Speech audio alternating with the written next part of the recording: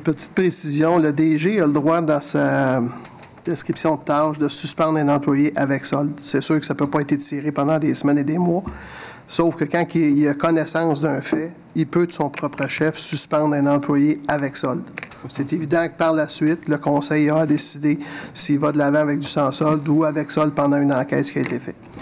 Juste amener une chose. Parlant de transparence, je répète, et je l'ai souvent dit ici, et je suis surpris qu'un résident de mon secteur vienne me dire que la Ville, on manque de transparence.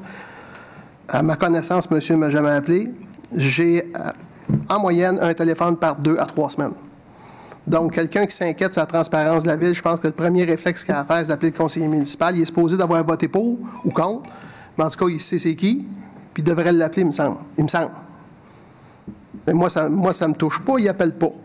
Donc, pour être transparent, il faudrait que j'aille faire du porte-à-porte 438 pour aller questionner les gens. Parce que c'est ça qu'on fait quand on fait du porte-à-porte. On demande aux gens comment ça va. Puis c'est là que les gens... Ben oui. Ben oui, il y en a des publications publiques. Appelez-moi, je vais me faire un plaisir de vous accompagner là-dedans, sans problème.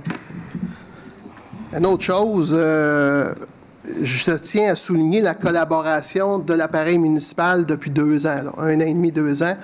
Les enquêteurs sont venus ici, là, vous seriez surpris de voir la quantité de documents qui a été demandée. Puis c'est correct. Je veux dire, je suis le premier à dire, puis je pense que mes collègues, c'est la même chose, ça n'a peut-être pas paru, parce que c'est toujours une question d'apparence. On passe pour des croches, c'est une apparence. On passe des gens pas transparents, c'est une autre apparence. Les gens qui ont été condamnés, là, ils n'ont pas été condamnés, mais je veux dire, ils ont été accusés, mais ils ont apparence aussi. On prend nos jugements sur des apparences. Et c'est pour ça que nous, on ne peut pas prendre des décisions sur des apparences. On prend des décisions sur des faits. C'est pour ça que ça semble qu'on n'a pas de l'air, mais je veux dire, on attend quand même un petit peu. Mais imaginez-vous pas qu'on ne fait rien là, à l'interne. Là. Je veux dire, on avait un comité, tantôt on s'en parlait, on regarde, on essaie de voir sont où les failles. On essaie de voir c'est où. Je veux dire, les deux individus que là, je ne peux pas rentrer dans le détail, vous comprendrez pourquoi. Mais ça reste qu'il y en a un qui était aux achats.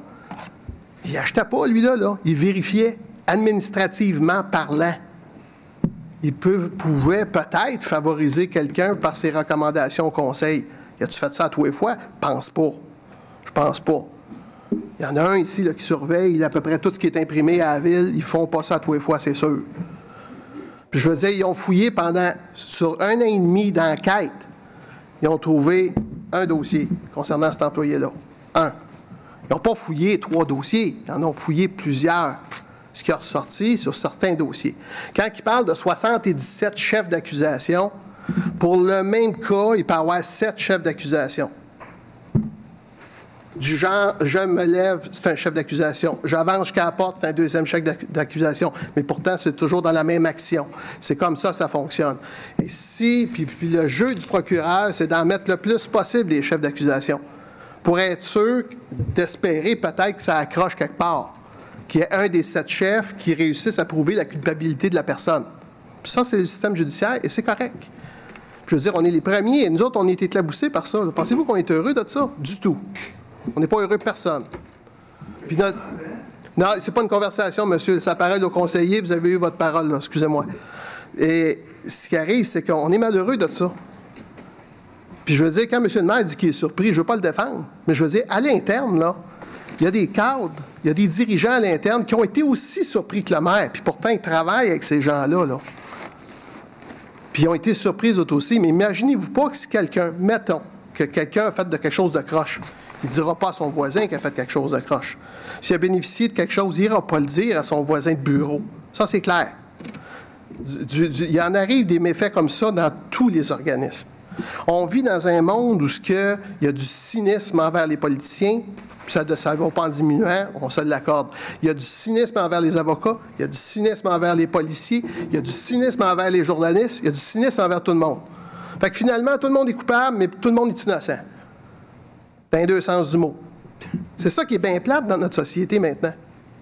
Je trouve ça bien difficile de dire ça, une affaire comme ça. Moi, ça fait 15 ans que je suis conseiller municipal. Ça me choque. Tantôt, monsieur a fait un signe de pièce comme ça. Ça s'adressait au maire. Ça ne s'adressait pas à moi. Sauf que je l'ai pris personnel. En 15 ans, je me suis fait offrir une fois. Comment ça coûte? J'ai dit, je ne suis pas à vendre. J'aurais aimé ça aller plus loin pour savoir comment je vais aller. Mais je ne le saurais jamais. Ça m'est arrivé une fois en 15 ans. Puis la ville t'a fusionné. Fait que, puis quand on parle d'ombudsman, là, quand on parle de Québec et de Montréal, c'est des lois différentes. C'est la loi de la communauté urbaine de Québec et la loi de la communauté urbaine de Montréal. On s'entend que c'est des monstres comparativement à Saint-Jean et ils sont obligés, selon la loi, d'avoir un ombudsman. Le gouvernement aussi est obligé d'en avoir un.